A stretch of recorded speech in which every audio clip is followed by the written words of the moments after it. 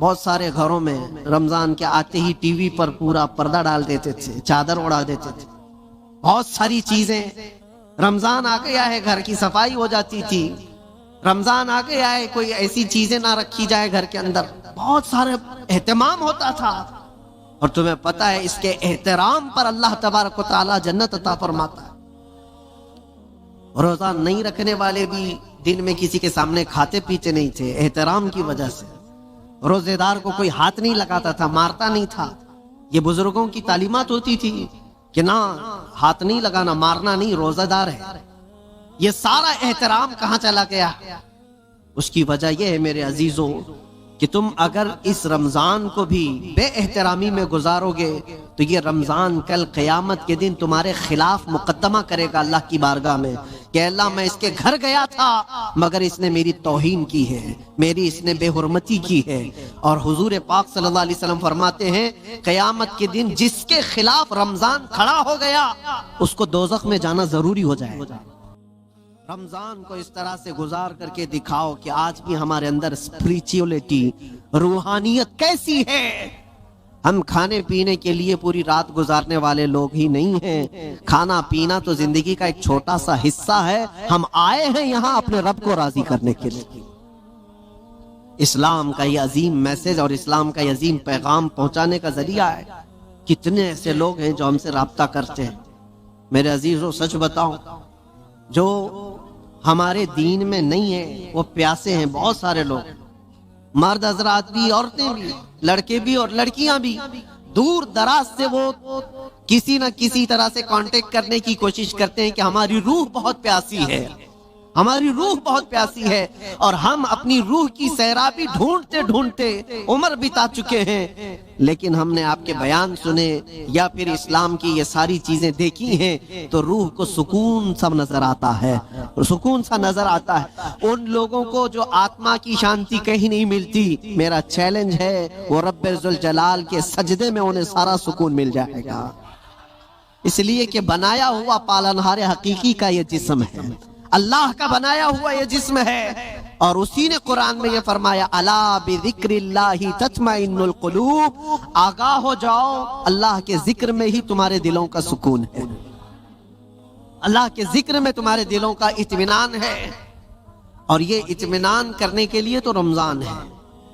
آپ دیکھنا یہاں سے اسی آدمی کا بھاگنے کا من کرتا ہے مسجد سے جس کا دل کالا ہو چکا ہوتا ہے، جس کا دل پتھر سے سخت ہو گیا ہو. وہ گن رہا ہوتا ہے، گھڑی کی سوئیاں دیکھ رہا ہوتا ہے کہ کب اٹھوں یہاں سے بھاگوں.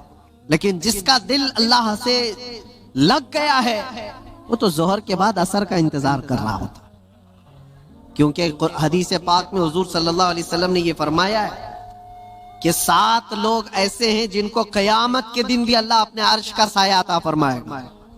وہ 7 لوگوں میں سے ایک ایسا آدمی ہے رجل تعلق قلبہ بالمساجد، ایسا آدمی جس کا دل ہمیشہ مسجد میں لٹکا ہوا رہتا ہے. دلوں کا سکون رب ذوالجلال کے حضور ہے، اور یہ پوری دنیا کو بتانے کی بھی ضرورت ہے. آج نفسا نفسی کا دور ہے، مادیت پرستی ہے. لوگ آج چاہے وہ جتنے بھی چمتکار دیکھ کر کے بھاگیں، لیکن میرا ایک یقین ہے میرے عزیزوں، روح کا سکون انہیں کہیں نہیں ملتا. پیسے بھی برباد کیے ہوئے بہت سارے لوگ ہیں، دولت کو بے حساب خرچ کر کے اپنا آرام ڈھونڈنے والوں کو بھی میں جانتا ہوں، لیکن پھر بھی ان کو وہ روحانی سکون نہیں ملتا.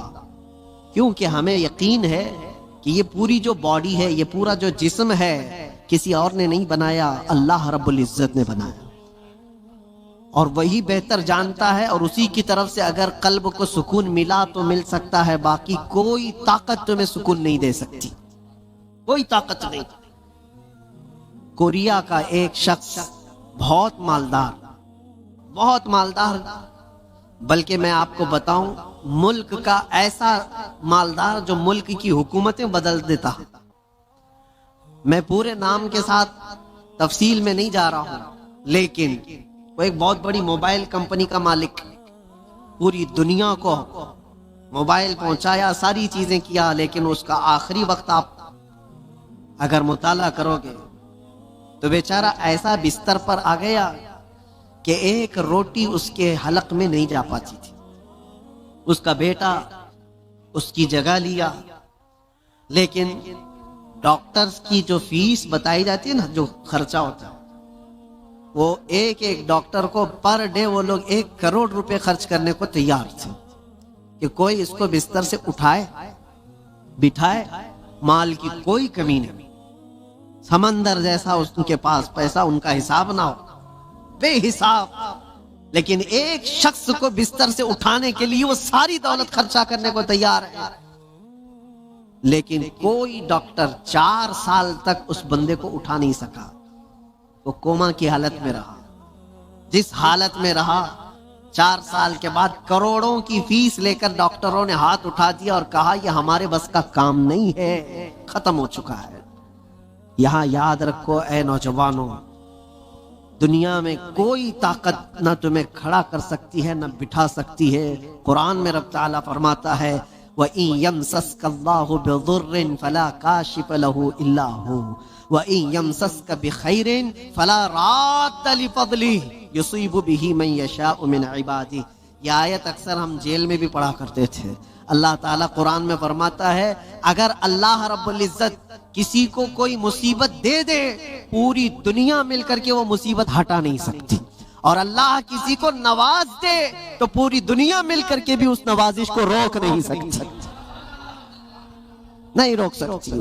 اور یہ سارا اطمینان قلب اسی بارگاہ میں موجود ہے، اسی رب العالمین کی بارگاہ میں موجود ہے. آج تمہیں واپس بلانے کے لیے یہ مسجدیں پکار رہی ہیں. خاص طور پر رمضان میں ماحول ویسی بن جاتا ہے.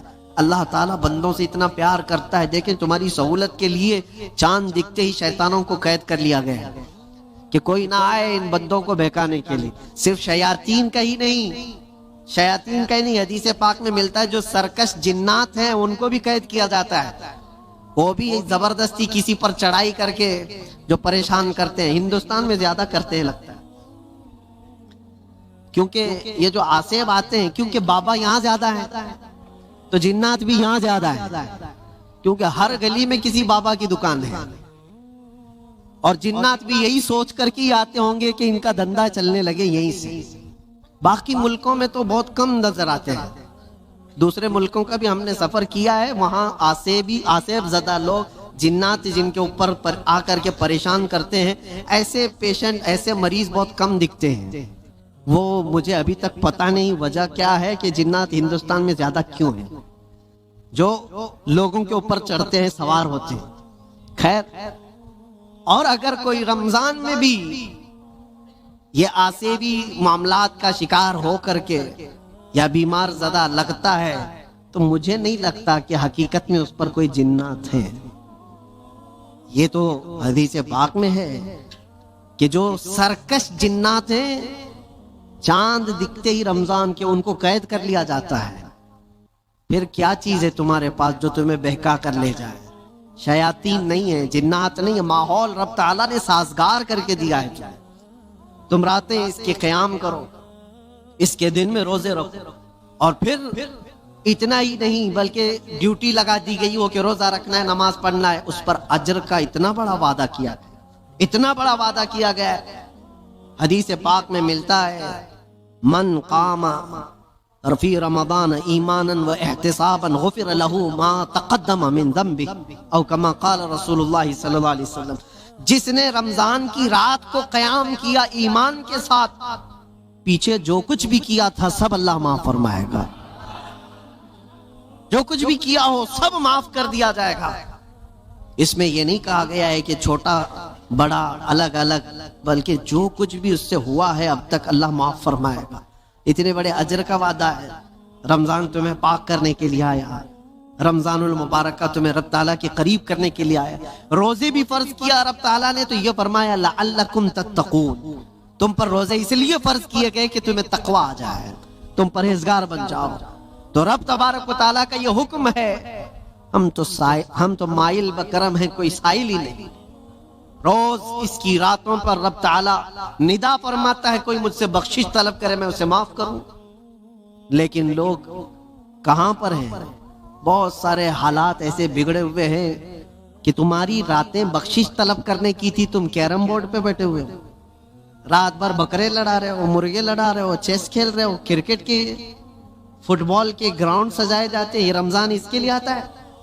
افسوس ہے، میں تو کہتا ہوں ان لوگوں پر تف ہے، لعنت ہے، رمضان کو بھی انٹرٹینمنٹ کا ذریعہ بنا دیا۔ لوگ تو ہمارے بزرگوں میں پہلے یہ ہوتا تھا، بزرگوں کی کا مطلب اولیاء کاملین کی بات نہیں کر رہا ہوں، گھر کے بڑوں کا بھی یہ حال تھا۔ اب تک بہت سارے گھروں میں رمضان کے آتے ہی ٹی وی پر پورا پردہ ڈال دیتے تھے، چادر اڑا دیتے تھے، بہت ساری چیزیں، رمضان آ گیا ہے گھر کی صفائی ہو جاتی تھی، رمضان آ گیا ہے کوئی ایسی چیزیں نہ رکھی جائے گھر کے اندر، بہت سارے اہتمام ہوتا تھا۔ اور تمہیں پتہ ہے اس کے احترام پر اللہ تبارک و تعالی جنت عطا فرماتا ہے۔ روزہ نہیں رکھنے والے بھی دن میں کسی کے سامنے کھاتے پیتے نہیں تھے، احترام کی وجہ سے۔ روزے دار کو کوئی ہاتھ نہیں لگاتا تھا، مارتا نہیں تھا۔ یہ بزرگوں کی تعلیمات ہوتی تھی کہ نہ ہاتھ نہیں لگانا، مارنا نہیں، روزہ دار ہے۔ یہ سارا احترام کہاں چلا گیا؟ اس کی وجہ یہ ہے میرے عزیزوں کہ تم اگر اس رمضان کو بھی بے احترامی میں گزارو گے تو یہ رمضان کل قیامت کے دن تمہارے خلاف مقدمہ کرے گا اللہ کی بارگاہ میں کہ اللہ میں اس کے گھر گیا تھا مگر اس نے میری توہین کی ہے، میری اس نے بے حرمتی کی ہے۔ اور حضور پاک صلی اللہ علیہ وسلم فرماتے ہیں قیامت کے دن جس کے خلاف رمضان کھڑا ہو گیا اس کو دوزخ میں جانا ضروری ہو جائے گا۔ رمضان اگر کسی کے خلاف کھڑا ہو گیا تو اپنے خلاف رمضان کو کھڑے ہونے نہ دو، اپنی حمایت میں کھڑے ہونے دو۔ کل رمضان آئے قیامت کے دن اور تمہاری سفارش کرے کہ مولا یہ میری راتوں کو جاگتا تھا، یہ میرے دن کو تلاوت قرآن کرتا تھا، روزے رکھتا تھا، غربا اور مساکین میں خیرات کرتا تھا، تمہاری نیکیوں کی گواہی خود رمضان دے گا۔ اور حضور نے یہ بھی فرمایا کہ جس کے حق میں قرآن اور رمضان سفارش کر دیں اس کا جنت میں جانا واجب ہے۔ عزیزان گرامی وقار، بس میں خلاصہ کلام صرف اتنا عرض کرنا چاہوں گا کہ دین جو تم تک پہنچا ہے اس چیز پر آج خاص توجہ کے ساتھ میں عرض کرنا چاہتا ہوں، یہ بڑی مشقتوں کے ساتھ تم تک پہنچا ہوا ہے۔ یہ نہیں کہ پھولوں کی سیج پر سج کر تمہارے گھر میں آ گیا، بہت مشقتیں اٹھائی گئی ہیں اس کے پیچھے۔ دین تمہارے گھروں تک جو پہنچا ہے، یہ اذانیں جو سلامت ہیں، یہ جو نمازوں کی روحانیت اور یہ جو نورانیت باقی ہے، اس پر بزرگوں کی قربانیاں ہیں، بہت ساری قربانیاں ہیں۔ اس دین کے اس اصل چہرے کو باقی رکھنا آج ہر جوان کی ذمہ داری ہے۔ تم کیا سمجھتے ہو یہاں مائک پر بیٹھے ہوئے مولانا صاحب ان کی ذمہ داری ہے اسلام کی تبلیغ کرنا؟ بلکہ ہر مسلمان پر یہ ذمہ داری ہے، وہ اپنے اخلاق و کردار سے اسلام کا ریپریزنٹیٹیو ہے۔ تمہاری ذمہ داری ہے اس کو صحیح سلامت بچا رکھنا اپنے گھروں میں۔ دوسرے کیا کیا کر رہے ہیں اس کی طرف ابھی چھوڑ دو، کیڑے ویسے ہی مر جائیں گے۔ موسم پر کیڑے آتے ہیں، ہوتا ہے نا، کوئی ایک موسم آتا ہے بارش سے پہلے بہت کیڑے دکھتے ہیں، کوئی علاج ہی نہیں ہوتا، کیا کیا جائے، ان کا علاج اتنا ہی ہوتا ہے موسم جائے تو ختم ہی ہوتے ہیں۔ ویسے ہی اسلام کے متعلق، قرآن کے متعلق، نبی پاک صلی اللہ علیہ وسلم کی ذات کے متعلق ہرزہ سرائی کرنے والے، دشمنی پیدا کرنے والے ہر زمانے میں آتے ہیں، لیکن ان کا ایک خاص موسم ہوتا ہے، اس کے بعد پھر اسلام اسی آب و تاب کے ساتھ چمکتا رہتا ہے۔ اسلام ویسے ہی چمکتا رہے گا، نہ اس کو چنگیز ہلا پایا، نہ اس کو ہلاکو ہلا پایا، نہ اس کو بڑے بڑے طاقتور ہلا پائے۔ 50 لاکھ لوگوں کا جس نے قتل کیا، چنگیز وغیرہ جو تاریخ آپ دیکھیں، 50 لاکھ سے زیادہ لوگوں کا قتل جنہوں نے کیا، یہی سوچ کر کے کیا تھا نا اس دھرتی سے پورا مٹا دیا جائے، صفحہ ہستی سے ختم کر دیا جائے۔ حیرت کی بات ہے جس فوج نے بغداد پر حملہ کیا تھا وہی فوج دائرہ اسلام میں داخل ہوئی تھی، جس کو اقبال نے کہا تھا حرم کو مل گئے پاسباں صنم خانے سے، حرم کو مل گئے پاسباں صنم خانے سے۔ رب تبارک و تعالیٰ انہی کے درمیان ایمان کی ہدایت عطا فرما دی۔ یہ ہوتا رہے گا، یہ اسلام کا لہلہاتا ہوا پودا سلامت رہے گا۔ اور لوگ جس طرح کے آج حالات جو انوائرمنٹ کریٹ کیا گیا ہے، اس سے تمہارا امتحان ہے، تم گھبرا کر کے اب تم کیا چاہتے ہو؟ ایک سوال میں کرتا ہوں، اسلام میں ہو تو اس بات پر تمہیں کبھی گلٹی فیل ہوتا ہے؟ کبھی شرم محسوس ہوتی ہے؟ کبھی شرم محسوس ہوتی ہے کہ میں مسلمان ہوں؟ نہیں شرم آتی ہے تو پھر ٹوپی کیوں چھپاتے ہو؟ اگر شرم نہیں آتی ہے تو پھر داڑھی کیوں نکال پھینکتے ہو؟ کیوں؟ اگر تمہیں اسلام پر قائم رہنے میں فخر محسوس ہوتا ہے تو کھل کر کے اسلام پر عمل کرو، کھل کر کے۔ اسلام کسی جرائم پیشہ لوگوں کا اڈا نہیں ہے، پوری دنیا کو اچھے اخلاق سکھانے والا ایک مکمل دین ہے، پوری دنیا کو اخلاق سکھانے والا یہ دین ہے۔ تو مجھے شک کیوں ہے اس بات پر؟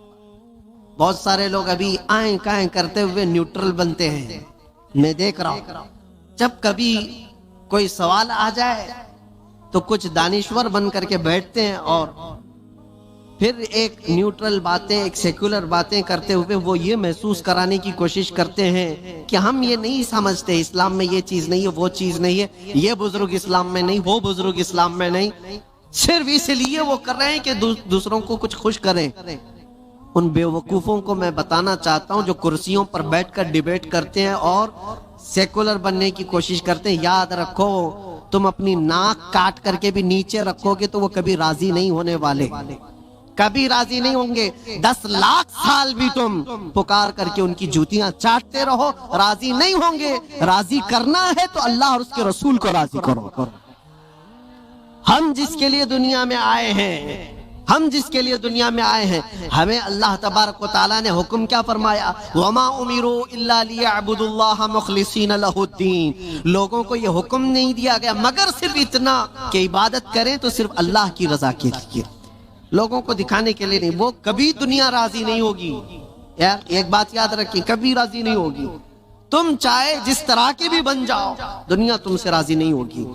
ہم بچپن میں ایک چیز پڑھتے تھے، ایک شوہر اور بیوی گدھا لے کر جا رہے تھے، شوہر اپنی بیوی کو بٹھایا گدھے پر اور لے کر چل رہا تھا، بیچارہ لیڈیز فرسٹ والے فارمولے پر عمل کر رہا تھا کہ پہلے عورتوں کو ہونا چاہیے، لیکن محلہ چھوڑنے والا تھوڑی نہ ہے۔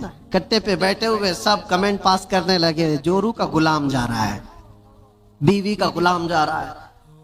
ایک حقیقت چیز ہے، اور یہ سن کر کے اس کو بہت برا لگا اور اس کی عورت کو اتار دیا، تو اتر جا میں بیٹھوں گا۔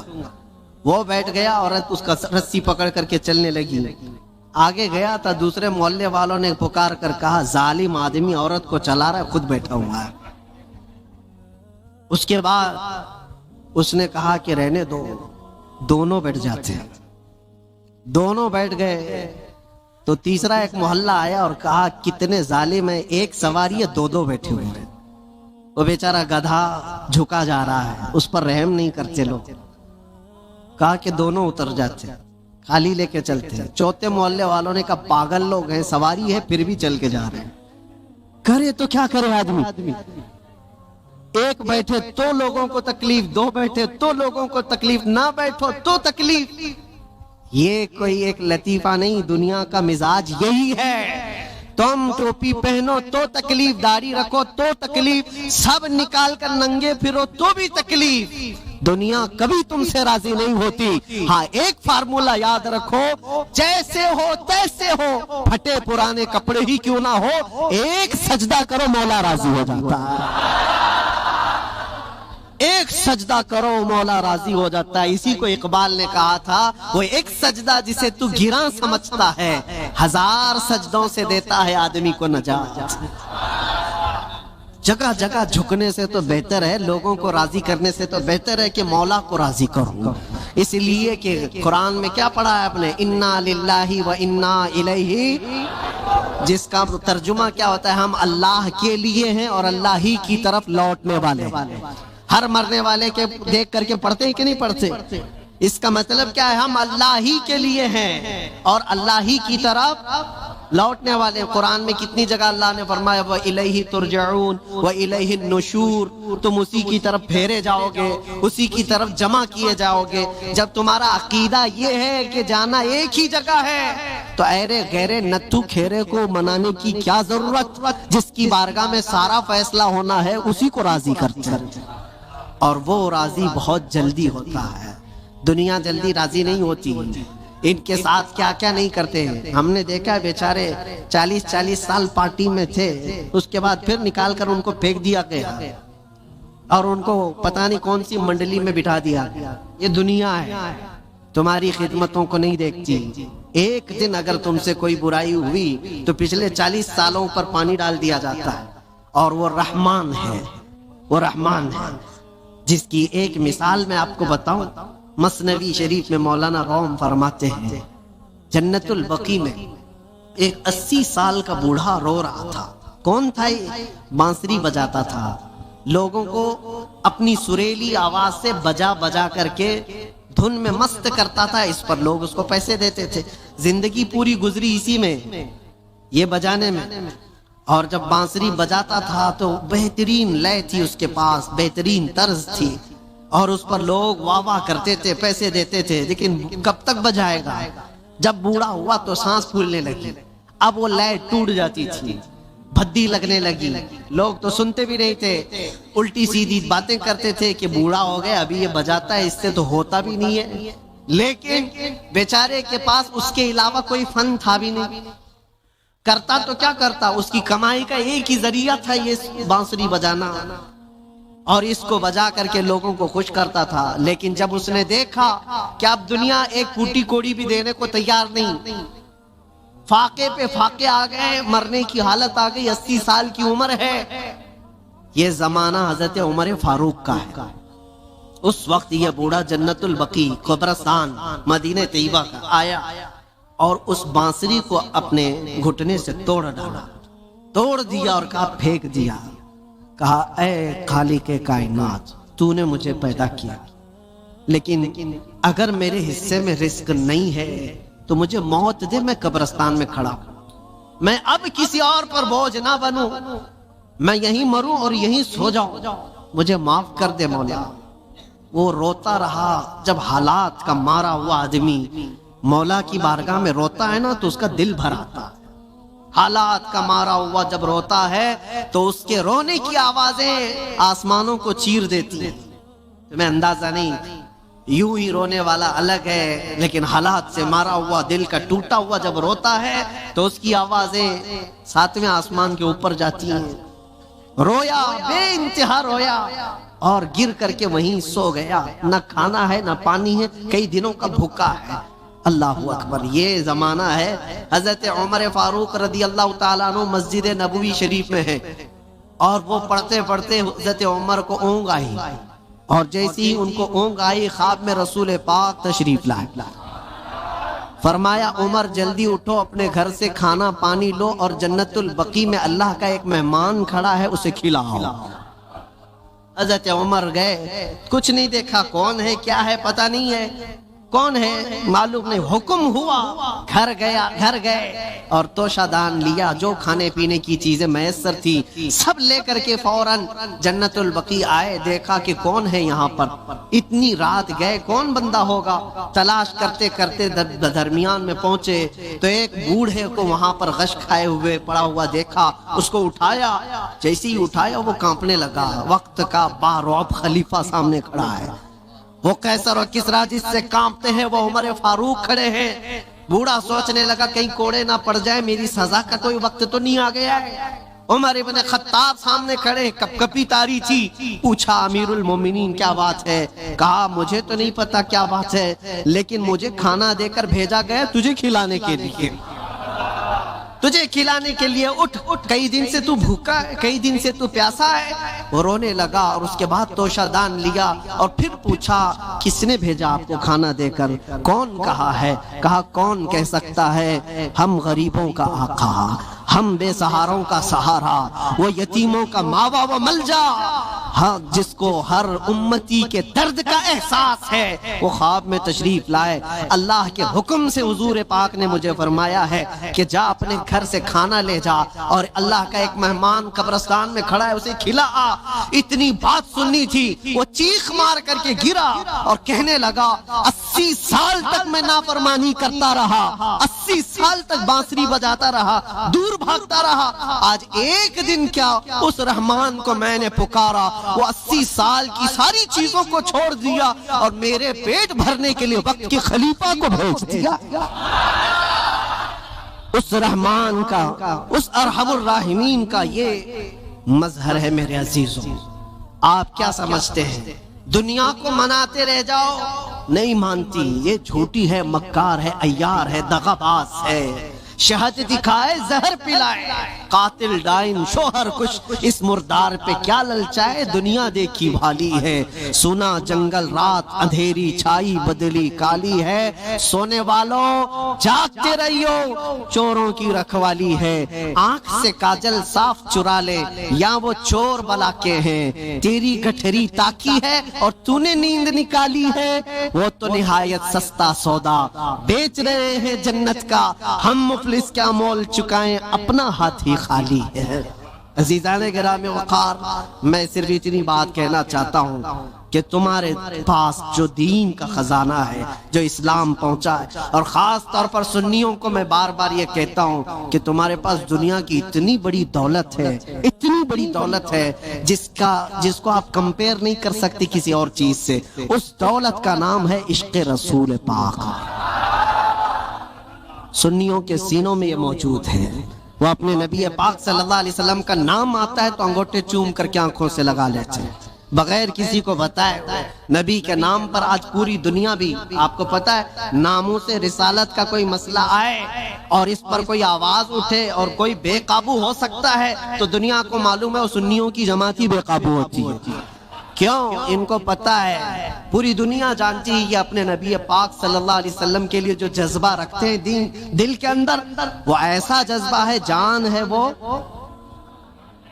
ہمارا جذبہ کیا ہے؟ جان ہے وہ، اور جان ہے تو ہاں جان ہے ہمارے لیے، اور پھر ہمارا ماننا تو یہ ہے وہ جو نہ تھے تو اور وہ جو نہ ہو تو، ہماری زندگی میں حضور نہ ہو تو کچھ نہیں، ہماری پوری حیات، ہماری پوری لائف، یہ جو خزانہ تمہارے پاس ہے یہ بہت قیمتی ہے، بہت قیمتی ہے۔ اسی کو اعلیٰ حضرت نے کہا ہے آنکھ سے کاجل صاف چرا لیں گے۔ آنکھ سے کاجل چرایا جاتا ہے کیا؟ یہ جو لگا ہوا شیشی کا کاجل ہے نہیں، یہ استعارہ ہے، شعر میں کہا گیا مومنو تمہارے پاس جو آنکھ کا کاجل ہے وہ عشق رسول ہے، تمہاری آنکھوں کا وہ نور ہے، اور بہت سارے بھیڑیے گھوم رہے ہیں اسی کاجل کو چرانے کے لیے، تمہارے دلوں سے وہ نکال لیں، تمہاری آنکھوں سے وہ نکال لیں، اور بیچارے کتنے تو بہک گئے، چوری ہو گئے اور چوروں کے ہاتھ میں گر گئے اور دلوں کے اندر سے حب مصطفیٰ نکلتی چلی گئی۔ تو ان چوروں کے ہاتھ نہ لگ جاؤ، تم اپنے عشق رسول کی حفاظت کرو، اس پہ کوئی کمپرومائز۔ حضور پاک کی عزت، حضور پاک کی محبت جو تمہارے پاس ایک بہت بڑا خزانہ ہے، اس پر کوئی کمپرومائز کرو گے؟ نہیں کرو۔ یہ صحابہ کا مسلک ہے، صحابہ کا مذہب ہے۔ مکہ مکرمہ میں ایک صحابی کو سولی پر لٹکا کر کے کفار و مشرکین یہ کہہ رہے تھے، ان کے ناخنوں کو پکڑ سے کھینچ رہے تھے، ان کی ناک کاٹ رہے تھے، کان کاٹ رہے تھے، ہونٹ کاٹ رہے تھے، اور آنکھوں میں گرم سلائیاں پھیر رہے تھے، اور پھر کہہ رہے تھے کہ دیکھو تمہاری جگہ محمد ہوتے تو کتنا اچھا ہوتا، تم آرام کر رہے ہوتے، ان کے نام پر تم کٹے جا رہے ہو، مرے جا رہے ہو۔ سب کٹ چکا تھا، تب جوش میں وہ صحابی بولنے لگے خبردار، میرے جسم کے ابھی 1000 ٹکڑے ہو جائیں میں برداشت کروں گا، اس نبی پاک کے تلوے میں کانٹا بھی چبھے یہ مجھے گوارا۔ یہ دولت جس کی حفاظت یہ صحابہ کا مسلک ہے، یہ صحابہ کا مذہب ہے، جس کے تم امین ہو، جس کے تم امانت دار ہو۔ آج پوری دنیا وہ چیز کھینچنا چاہتی ہے، حالات جو کچھ بھی ہوں، جب بھی حضور پاک کی محبت کی بات آئے ساری چیزیں ایک طرف، میرے نبی کی ذات ایک طرف۔ اور پھر میں اسی پر آ کر گفتگو ختم کرتا ہوں۔ میرے عزیزوں، منانا ہے تو اللہ اور اس کے رسول کو مناؤ، دنیا کبھی تم سے نہ مانے گی، یہ کبھی نہیں مانی تھی، اور جنہوں نے ان کی غلامی کی ہے وہ آج دیکھ رہے ہیں ان کی حالت کیا ہے۔ وہ ایسی حالت ہو گئی دھوبی کا کتا، نہ گھر کا نہ گھاٹ کا، ادھر کے بھی نہیں رہے ادھر کے بھی نہیں رہے۔ جنہوں نے غلامی کی ہے اس طرح سے اپنی زندگی نہ گزارو۔ کچھ تو ان کو راضی کرنے کے لیے گئے تھے بیچارے، نام بھی بدل لیے، کپڑے بھی بدل لیے، سب کچھ کر کے دیکھ لیا، لیکن وہ بڑے خونخوار لوگ ہیں، وہ دوسری کاسٹ کو برداشت نہیں کرتے، تجھے کہاں سے برداشت کرے، لات مار کے بھگایا ہے۔ کئی جگہوں پر یہ حالات تاریخ میں پڑھتے آؤ۔ اس لیے راضی کرنا ہو تو اللہ اور اس کے رسول کو راضی کرو۔ اور وہ ابھی میں نے واقعہ بتایا ہے، کتنی جلدی مولا راضی ہوتا ہے، کتنی جلدی مولا راضی ہوتا ہے۔ یہاں تک کہ ایک حدیث اور سن لو، حضور پاک صلی اللہ علیہ وسلم محو خواب تھے، آنکھیں بند تھیں، اور اس کے بعد اچانک مسکرانے لگے، اور اتنی زور سے کہ آپ کے دندان مبارک نظر آئے۔ صحابہ نے پوچھا یا رسول اللہ صلی اللہ علیہ وسلم کیا بات ہے؟ تو حضور نے فرمایا اللہ کریم ایک مثال میں مجھے بیان فرما رہا ہے۔ کیا چیز ہے؟ حضور فرماتے میں تم سے پوچھتا ہوں، صحرا میں کوئی آدمی اپنی اونٹنی لے کر ساز و سامان کے ساتھ جا رہا ہو، صحرا ڈیزرٹ میں، اور ڈیزرٹ کا حال ایسا ہوتا ہے کوئی راستہ ہی نہیں ملتا، اگر بھٹک گیا تو موت بھی ہو جاتی ہے، جس کو موج سراب کہتے ہیں۔ ہر طرف چمکتا ہوا پانی دکھتا ہے، اور جہاں جاتا ہے وہ ریت ہوتی ہے، بالو ہوتی ہے، اور اسی بھٹکنے کے عالم میں اس کی موت بھی ہو جاتی ہے۔ بہت سارے صحرا کی موت عرب والے جانتے ہیں۔ حضور پاک صلی اللہ علیہ وسلم صحابہ سے پوچھتے ہیں اگر کوئی بندہ صحرا کا سفر کر رہا ہے، ساتھ میں کھانا پانی اور اونٹنی ساتھ میں سفر کے سواری ہے، لیکن بیچ راستے میں ایک جگہ پہنچا جہاں اسے نیند آئی اور سو گیا، اس کی اونٹنی بھی غائب اور اس کا ساز و سامان بھی ختم، جب اٹھا تو پریشان۔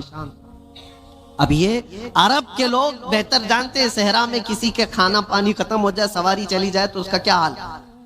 وہ بندہ جب نیند سے اٹھا تو ہر جگہ ڈھونڈا، اس کی اونٹنی کہیں نہیں ملی، اس کا کھانا پانی کہیں نہیں ملا، ہر جگہ سے ڈھونڈ ڈھونڈ کر تھک گیا، موت کے قریب تھا، موت کے قریب تھا۔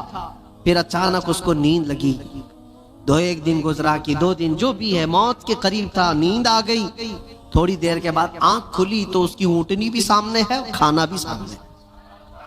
اب سنو یہ مثال ہے، حضور پاک صلی اللہ علیہ وسلم فرماتے ہیں صحابہ سے، اے میرے صحابہ بتاؤ اس صحرا میں چلنے والے مسافر کو کتنی خوشی ہوگی اپنا کھویا ہوا اونٹ مل جائے، اپنا کھویا ہوا کھانا مل جائے، اس کی جان میں جان آئے، کتنی خوشی ہوگی۔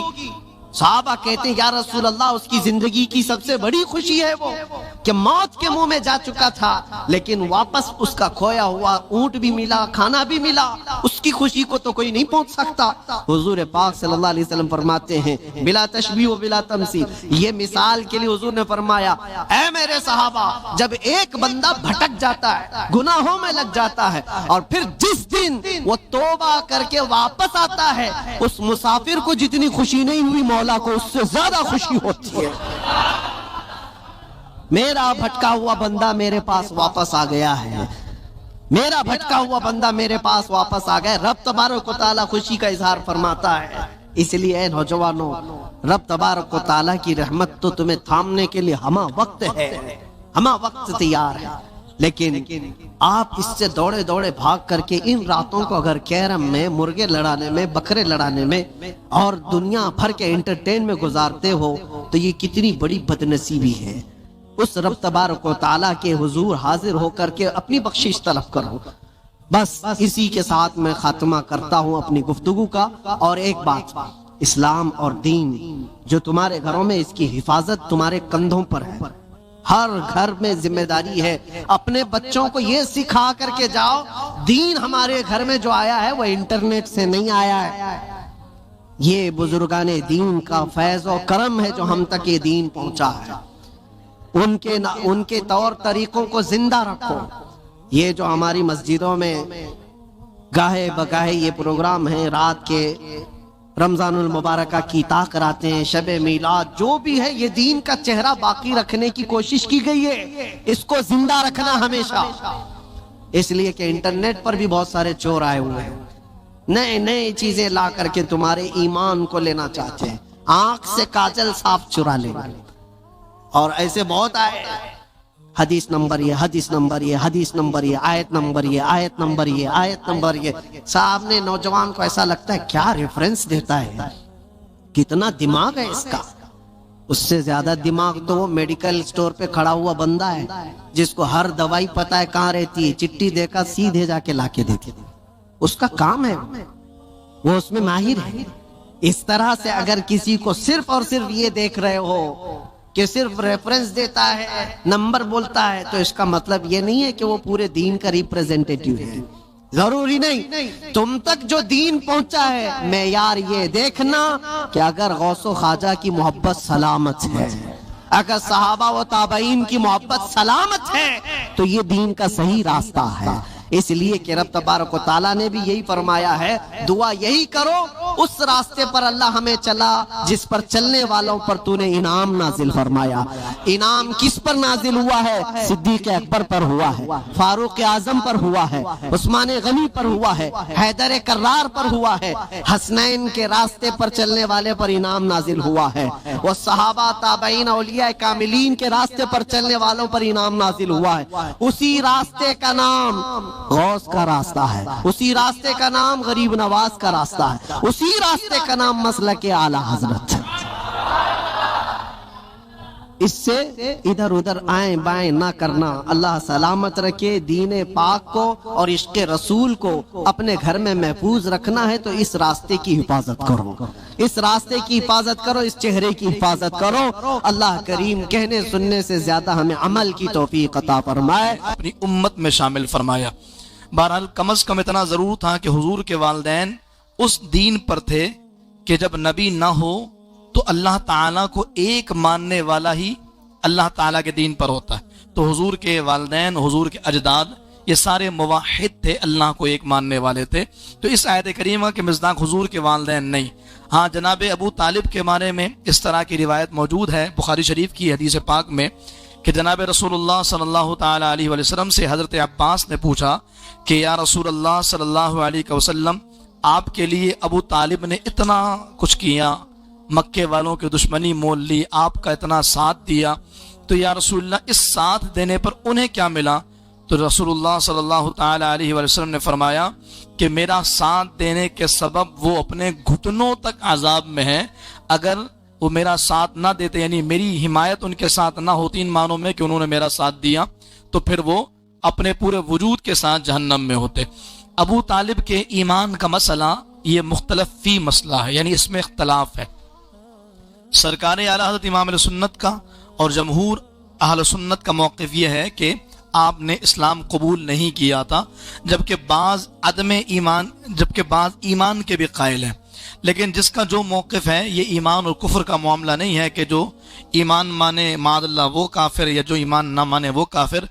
ہمارے علماء نے فرمایا درست عقیدہ یہی ہے کہ ابو طالب کا ایمان ثابت نہیں ہے، لیکن ابو طالب کے ایمان کے متعلق اگر کوئی عقیدہ رکھے تو اس کے عقیدے رکھنے کی وجہ کر اس پر کسی قسم کا کوئی الزام نہیں آئے گا، اور اس مسئلے میں سکوت اختیار کرنا چاہیے۔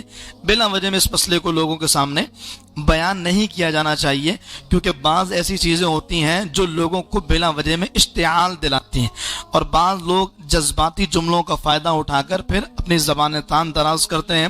جیسے جناب ابو طالب کے ایمان کا مسئلہ جب ذکر کیا جاتا ہے تو پھر لوگ یہ کہتے ہیں کہ مولا علی کے والد کیا کافر کیسے ہو سکتے ہیں؟ حضرت علی رضی اللہ تعالیٰ عنہ کا جو بابا ہے جس نے حضرت علی کی پرورش کی ہو، اور اس طرح کے دیگر جذباتی جملے، اور ظاہر اسلام جذباتیت کا نام نہیں، قرآن و حدیث کا نام ہے۔ تو جو رسول اللہ صلی اللہ تعالیٰ علیہ وسلم کا فرمان ہے اسی کو قبول کیا جائے گا۔ وما كان استغفار ابراہیم لأبیہ الا عن موعدۃ وعدها ایاہ فلما تبین له انه عدو للہ تبرأ منہ ان ابراہیم لأواہ حلیم۔ اور ابراہیم علیہ السلام کا اپنے اب کی مغفرت کی دعا کرنا صرف ایک وعدے کی وجہ سے تھا جو انہوں نے اس سے کر لیا تھا۔ پھر جب ابراہیم علیہ السلام کے لیے بالکل واضح ہو گیا کہ وہ اللہ کا دشمن ہے تو اس سے بیزار ہو گئے۔ بے شک ابراہیم بہت آہوزاری کرنے والا، بہت برداشت کرنے والا۔ اس آیت کریمہ کا شان نزول یہ ہے کہ ابراہیم علیہ السلام کے چچا کا نام تھا آزر۔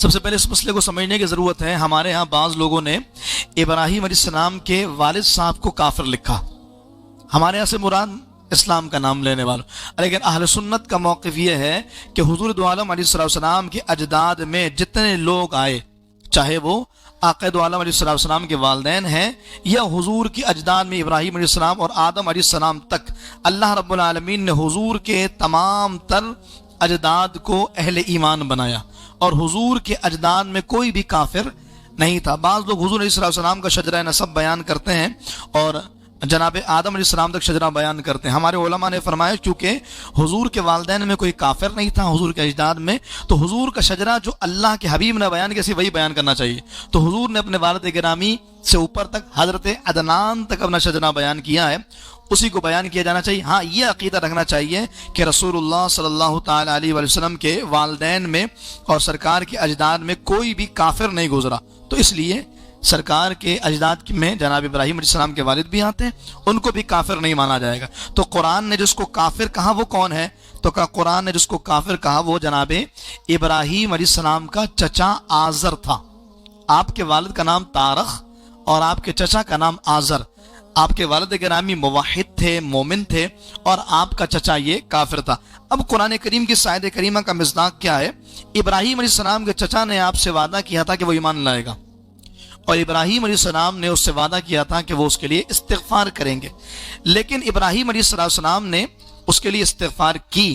جب پتہ لگ گیا کہ اب یہ ایمان نہیں لائے گا تو پھر آپ نے اس کے لیے استغفار کو ترک کر دیا۔ مفسرین فرماتے ہیں ایک شان نزول یہ ہے کہ جناب مولا کائنات علی المرتضیٰ شیر خدا کرم اللہ تعالی وجہہ الکریم نے سنا کہ ایک شخص اپنے ان والدین کے لیے جو مشرک تھے دعائیں مغفرت کر رہا تھا، تو جناب مولا مرتضیٰ نے کہا وہ دونوں تو مشرک تھے، ان کے لیے کیوں دعا کر رہے ہو؟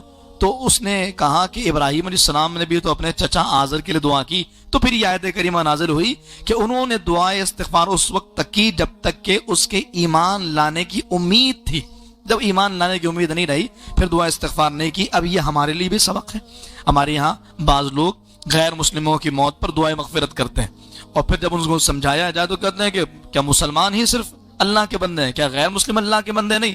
یہ اعتراض اور یہ بات خلط مبحث ہے۔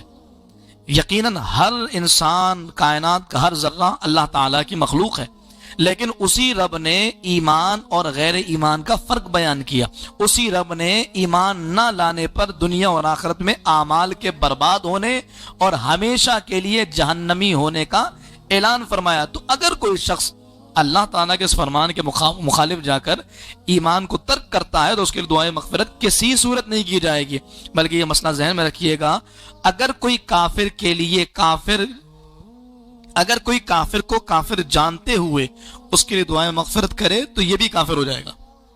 کافر کے لیے دعائیں مغفرت کرنا بھی کفر ہے، اسی لیے فرمایا گیا کہ وہ جو ہم نماز میں دعا پڑھتے ہیں رب اجعلنی مقیم الصلاۃ ومن ذریتی ربنا وتقبل دعاء ربنا اغفر لی ولوالدی، اللہ مجھے بخش دے، میرے والدین کو بخش دے۔ اللہ نہ کرے اگر کسی کے والدین کافر ہوں یا والدین میں سے کوئی ایک کافر ہو تو یہ دعا نہیں پڑھیں گے ربنا اغفر لی ولوالدی، اس لیے کہ ان کے لیے دعائیں مغفرت ہے، اور کافروں کے لیے دعائیں مغفرت کرنا یہ خود کفر ہے۔ ہاں رہی بات یہ کہ کسی جگہ پر بلاسٹ ہو جاتا ہے، کسی جگہ پر جیسے گل پلازا ہے، اس سانحے میں ہمارے مسلمان بہن بھائی شہید ہو گئے، تو اب ظاہر ممکن ہے کہ اس میں نان مسلمز بھی ہوں، تو ان کے لیے پھر تو جب بندہ کسی کے لیے مشترکہ طور پہ دعا کرتا ہے تو اس کی مراد مسلمان ہی ہوتے ہیں، تو کافر اس کی مراد نہیں ہوتے۔ ہاں اسپیسیفک اگر کوئی کہتا ہے کہ فلاں کافر کی بھی اللہ بخشش فرمائے تو پھر یہ بھی کلمہ کفر ہے۔ ابراہیم علیہ السلام کی ایک صفت اللہ نے بیان فرمائی کہ وہ اواہ اور حلیم ہے، یعنی بہت زیادہ آہوزاری کرنے والے اور بہت زیادہ برداشت کرنے والے ہیں۔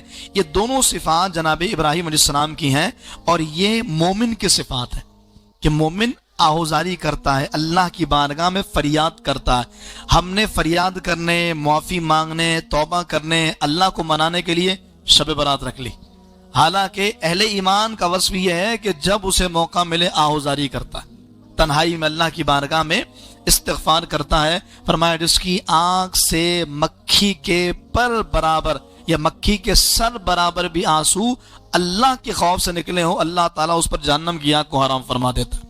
اور حلیم سے مراد برداشت کرنے والے۔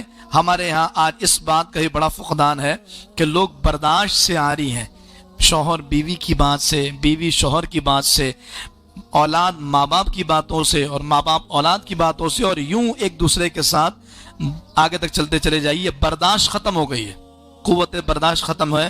حالانکہ یہ اہل ایمان کے صفات ہے کہ وہ حلیم ہوتے ہیں، حلم، بردباری رکھنے والے، برداشت کرنے والے. آج ہم بیٹھے تھے تو ڈسکس ہوا، کوئی ایک دن بھی ایسا نہیں ہوتا کہ جب طلاق کی خبر نہ آئے کہ فلاں رشتہ ختم، فلاں رشتہ ختم، فلاں رشتہ ختم. اور یہ عام لوگوں کے درمیان ہے. عام دارالفتہ چلیے، مفتیان کرام کے پاس سب سے زیادہ جو مسائل ہیں وہ طلاق کے ہیں. اور اگر آپ پوچھیں گے اس کی وجہ کیا ہے، بھائی دو الگ الگ مزاج کے مرد و خواتین ہمیشہ سے ایک ساتھ رہ رہے ہیں ازدواجی زندگی میں. اب شرح طلاق بڑھنے کا ایک بڑا سبب یہ ہے ہمارے اندر سے برداشت ختم ہو گئی. شوہر بیوی کو برداشت کرنے پر تیار نہیں ہے، اور بیوی شوہر کو برداشت کرنے پر تیار نہیں ہے. یہ اہل ایمان کی صفت وہ عظیم صفت ہے جس سے گھر بچتے ہیں. تھوڑا سا درگزر کر دیا جائے، جناب عمر کا وہ فرمان یاد رکھا جائے. جب ایک شخص آیا بیوی کی شکایت کرنے کے لیے تو حضرت عمر کی زوجہ کچھ بلند آواز سے کہہ رہی تھی، واپس جانے لگا. جناب عمر نے کہا کیا ہوا، کیا بولنے ہے؟ کہا نہیں حضور بس جا رہا ہوں. کہا بتاؤ تو صحیح مسئلہ کیا ہے؟ کہا حضور میں آیا تھا بیوی کی شکایت کرنے، لیکن آپ کی زوجہ تو خود آپ سے تیز آواز سے بات کر رہی ہے. مسکرانے لگے. فرمایا یہ بھی تو دیکھو، دن بھر میرے بچوں کا خیال کرتی ہے، میرے کپڑے دھوتی ہے، کھانا بناتی ہے، آرام کا خیال کرتی، اتنے سارے کام کرتی ہے، اگر دو جملے تیز بول ہی دیتی ہے تو برداشت کرنے میں کیا حرج ہے؟ وہ جناب عمر جن سے عالم کفر کانپے، وہ جناب عمر جن کے بارے میں رسول اللہ صلی اللہ تعالی علیہ وآلہ وسلم کے فرمان کے مطابق عمر تمہاری موت پہ اسلام روئے گا، اور جن کے بارے میں انگریز کہتا ہے اگر مسلمانوں کو ایک اور عمر مل جاتا تو پوری دنیا پر اسلام کی اور مسلمانوں کی حکومت قائم ہوتی. وما كان الله ليضل قوما بعد إذ هداهم حتى يبين لهم ما يتقون إن الله بكل شيء عليم إن الله له ملك السماوات والأرض يحيي ويميت وما لكم من دون الله من ولي ولا نصير. اور اللہ کی یہ شان نہیں کہ کسی قوم کو ہدایت دینے کے بعد اسے گمراہ کر دے جب تک انہیں صاف نہ بتا دے کہ کس چیز سے انہیں بچنا ہے. بے شک اللہ سب کچھ جانتا ہے، بے شک اللہ ہی کے لیے آسمانوں اور زمین کی سلطنت ہے، وہ زندہ کرتا ہے اور وہ مارتا ہے، اور اللہ کے سوا نہ تمہارا کوئی حامی ہے اور نہ مددگار. اللہ تعالیٰ کسی قوم پر ظلم نہیں کرتا، بتا دیا جاتا ہے یہ صحیح ہے یہ غلط ہے. اس کے بعد بھی کوئی ہٹ درمی کرے، جیسے میں نے ایک مسئلہ آپ کے سامنے رکھا، غیر مسلموں کے لیے، کافروں کے لیے دعائیں مغفرت کرنا کفر ہے، مسئلہ واضح ہو گیا. اس کے بعد کوئی ہٹ درمی دکھائے اور اپنی انا، اپنی سوچ، اپنی عقل کو اسلام پر فوقیت دے تو پھر اس کے لیے اللہ تعالیٰ کا عذاب مقدر ہو جاتا. آخری آیت کریمہ اور گفتگو کو ختم کرتے ہیں.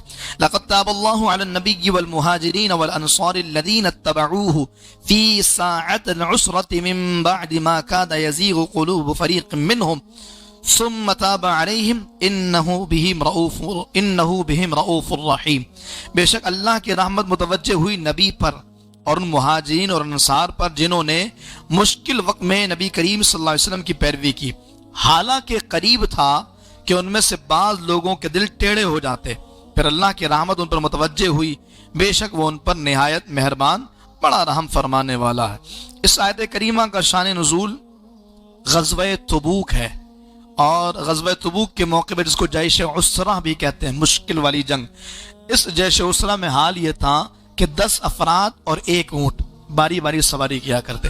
ایک کھجور اور کئی دنوں تک کئی افراد اس ایک کھجور سے اپنا پیٹ بھرا کرتے، اس طرح کہ کھجور کا تھوڑا سا حصہ کاٹا کرتے اور پھر پانی پی کر کے گزارا کرتے، اور یوں کئی دن تک ایک کھجور چلایا کرتے. اس حال میں صحابہ کرام نے غزوہ تبوک میں حصہ لیا. پانی ختم، گرمی کی شدت، حتیٰ کہ اللہ فرماتا اگر رب کی رحمت نہیں ہوتی تو اس موقع پر تم رسول اللہ کا ساتھ چھوڑ دیتے.